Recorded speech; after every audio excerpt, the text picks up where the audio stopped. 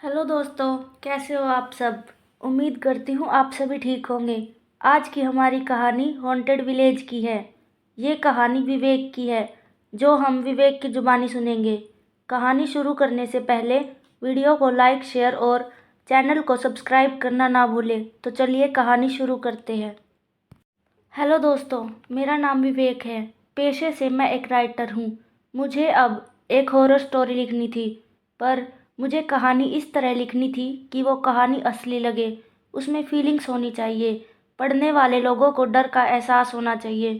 तो मुझे एक ख्याल आया, क्यों ना मैं ऐसी जगह पर जाकर कहानी लिखूं जहाँ के लोगों ने भूत प्रेत या पैरानॉर्मल एक्टिविटी होती देखी हो। इस बात पर मेरे एक पत्रकार दोस्त ने मुझे एक न्यूज़ आर्टिकल से भरा हुआ पेन ड्राइव दिया और आजमगढ़ जाने की सलाह दी। उसने मुझसे कहा कि आजमगढ़ गांव में 7 बजने के बाद कोई भी आदमी घर से बाहर नहीं निकलता। वहां के लोगों ने दावा किया है कि उनके गांव में 7 बजे के बाद घर से बाहर निकलना मतलब भूतों से दोस्ती रखना। रात को उस गांव में भूत प्रेत तांडव करते हैं और हल्ला मचाते हैं, और इस तांडव में अगर कोई इंसान उनके सामने आया तो वो उन्हें भी मार देते हैं। फिर वो भी उनके साथ उनकी टोली में भूत बनकर घूमता है। फिर मुझे लगा कि यही वह जगह है जिसे मेरा मन ढूंढ रहा है। फिर मैं अपना लैपटॉप और ज़रूरी सामान लेकर दूसरे ही दिन आजमगढ़ पहुंचा। उस गांव के पास में एक स्टील फैक्ट्री में सामान ले जाने वाले एक ट्रक ने मुझे गांव के बाहर कच्ची सड़क तक लिफ्ट दी। उसके बाद जब मैं गांव के अंदर गया तो वहां के लोगों ने मुझे देखकर इस तरह बिहेव किया जैसे मैं कोई इंसान ना होकर कोई भूत प्रेत हूँ। कोई भी आदमी बात करने को तैयार ही नहीं था। शाम होते होते गांव में बिल्कुल शांति हो गई, और रात होने से पहले मुझे रहने की जगह का बंदोबस्त करना ज़रूरी था। इसलिए मैंने बहुत से घरों के दरवाजे खटखटाए, मगर किसी ने भी दरवाज़ा नहीं खोला। मैं थोड़ी देर के लिए गांव के बीच वाले चौराहे पर जाकर बैठ गया। वहां पर एक बहुत बड़ा पीपल का पेड़ था। उसी पेड़ पर से अचानक एक चमगादड़ आकर मेरे सिर पर चिपक गया। इस वजह से मैं बहुत ज़्यादा चिल्लाने लगा। मैं मेरी ज़िंदगी में पहली बार इतना ज़्यादा डर गया था। फिर मैंने कैसे न कैसे करके उन चमगादड़ों से अपनी जान छुड़ाई और दूर जाकर खड़ा हो गया। पूरी रात बाहर ठंड और भूतों के साथ न गुजारनी पड़े, इसलिए मैं गांव की गलियों में रहने का ठिकाना ढूंढने लगा। जब मैं गांव के स्कूल के नज़दीक से गुजर रहा था, तभी पीछे से मुझे किसी ने बड़ी सख्त आवाज़ में पुकारा। वो आवाज़ सुनकर मैं अपनी जगह पर रुक गया, क्योंकि अब तक भूत प्रेत आत्मा इन सब बातों ने मेरे दिमाग में घर करना शुरू कर दिया था, और ऊपर से इस अजीब से गांव में अकेला था। मैंने धीरे से पीछे मुड़ के देखा तो वहां पर एक औरत खड़ी थी। उन्होंने पूछा कि तुम कौन हो और इस वक्त गांव में क्या कर रहे हो। क्या तुम्हें नहीं पता कि यहाँ रात होते ही गांव में भूत प्रेत घूमते हैं। मैंने उन्हें गांव में आने का कारण बताया। फिर उन्होंने खुद के बारे में बताया कि उनका नाम दुर्गा देवी है और वह गांव के स्कूल की प्रिंसिपल है। मैंने दुर्गा देवी से कहा कि आप अगर मुझे कोई रहने की जगह बताएंगी तो आपका बड़ा एहसान होगा। वो बोली, मैं भी पहले इसी गांव में रहती थी, पर अब मैं गांव के पीछे वाले हिस्से में रहती हूँ। अगर तुम कहो तो मैं तुम्हें मेरे घर की चाबी दे सकती हूँ, जो चौराहे के नज़दीक है। मैंने तुरंत ही हाँ में जवाब दिया, और उन्होंने मुझे घर की चाबी दे दी। फिर मैंने उन्हें घर के किराए के बारे में पूछा। उन्होंने कहा कि किराया वो बाद में आकर ले लेंगी। घर की चाबी मिलने के बाद मैं फटाफट से चौराहे के पास पहुंचा।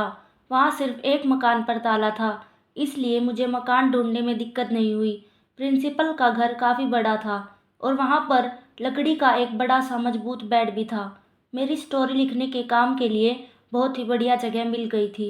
इस बात के लिए मैंने मेरे इष्ट देव हनुमान जी को धन्यवाद कहा और अपने साथ लाया हुआ रात का भोजन खत्म किया। फिर लैपटॉप खोलकर कहानी लिखने बैठ गया। सबसे पहले मैंने मेरे दोस्त के दिए हुए आर्टिकल पढ़ने की शुरुआत की। मैंने पहला आर्टिकल ओपन किया।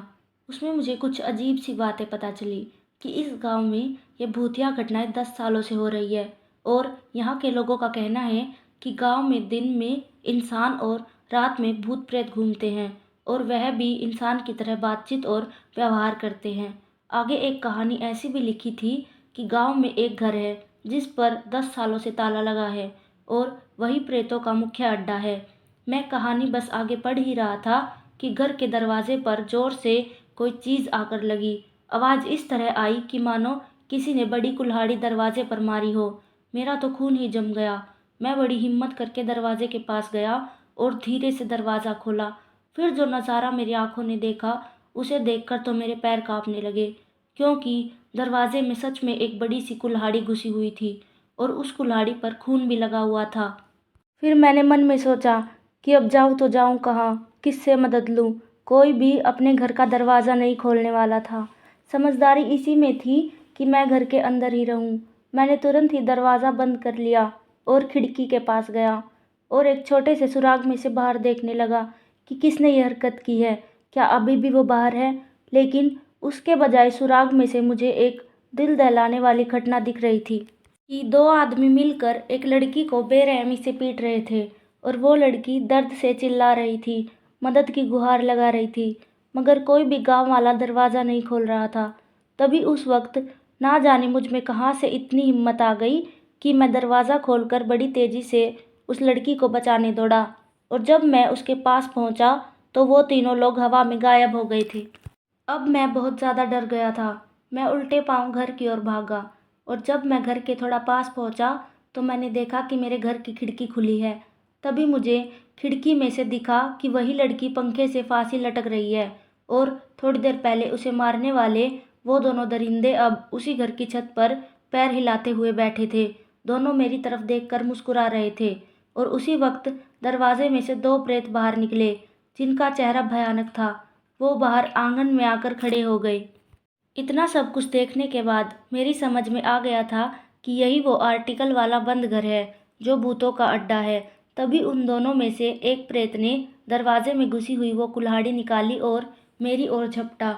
उसका वह डरावना रूप देखकर मेरी आवाज़ गले में ही अटक गई। मैं जान बचाने के लिए गांव के बाहर की तरफ भागने लगा और भागते भागते मैं अचानक से किसी आदमी से टकरा कर बेहोश हो गया। बाद में जब होश आया तब मैं एक पुराने हनुमान मंदिर में था और एक पहलवान जैसे पुजारी मेरे पास बैठे थे। मेरे होश में आने के बाद पुजारी जी ने मुझे नीम के पत्तों का काढ़ा पीने को दिया। मैंने उनको मेरे आने का मकसद बताया। वो सुनकर वो हंस पड़े और बोले, बच्चे तुम बहुत नसीब वाले हो जो आज यहाँ जिंदा बैठे हो, वरना तुम भी कल से उनकी टोली में नजर आते। तब मैंने उनसे पूछा कि ये सब क्या माजरा है, वो सब कौन है जो गांव में रात को भयानक तांडव करते हैं। पुजारी जी ने कहा कि वो दोनों आदमी जो लड़की को पीट रहे थे वो उसके ससुर और पति थे और ये सब तमाशा गांव में हर रोज होता है, पर कोई दरवाज़ा नहीं खोलता। वो बेचारी लड़की ससुराल वालों का जुल्म ज़्यादा दिन सहन नहीं कर पाई और तब उसने घर के पंखे से लटक कर फांसी ले ली थी। उसके बाद उस लड़की की माँ ने बदले की आग में उन दोनों के कुल्हाड़ी से टुकड़े टुकड़े कर दिए थे। आखिर में पुजारी जी ने पूछा कि तुम्हें घर के चाबी स्कूल की मैडम दुर्गा देवी ने दी थी ना। मैंने कहा हाँ। तब वो बोले कि वही उस लड़की की माँ है। बाद में उसने भी गांव के बाहर वाले घर में जाकर जहर खाकर आत्महत्या कर ली थी। यह सब हकीकत सुनने तक सुबह हो चुकी थी। फिर किसी तरह मैं उस घर में घुसकर मेरा लैपटॉप ले आया और एक सच्ची भूतिया अनुभव और बढ़िया कहानी के साथ पुजारी जी का धन्यवाद करके घर वापस लौट गया।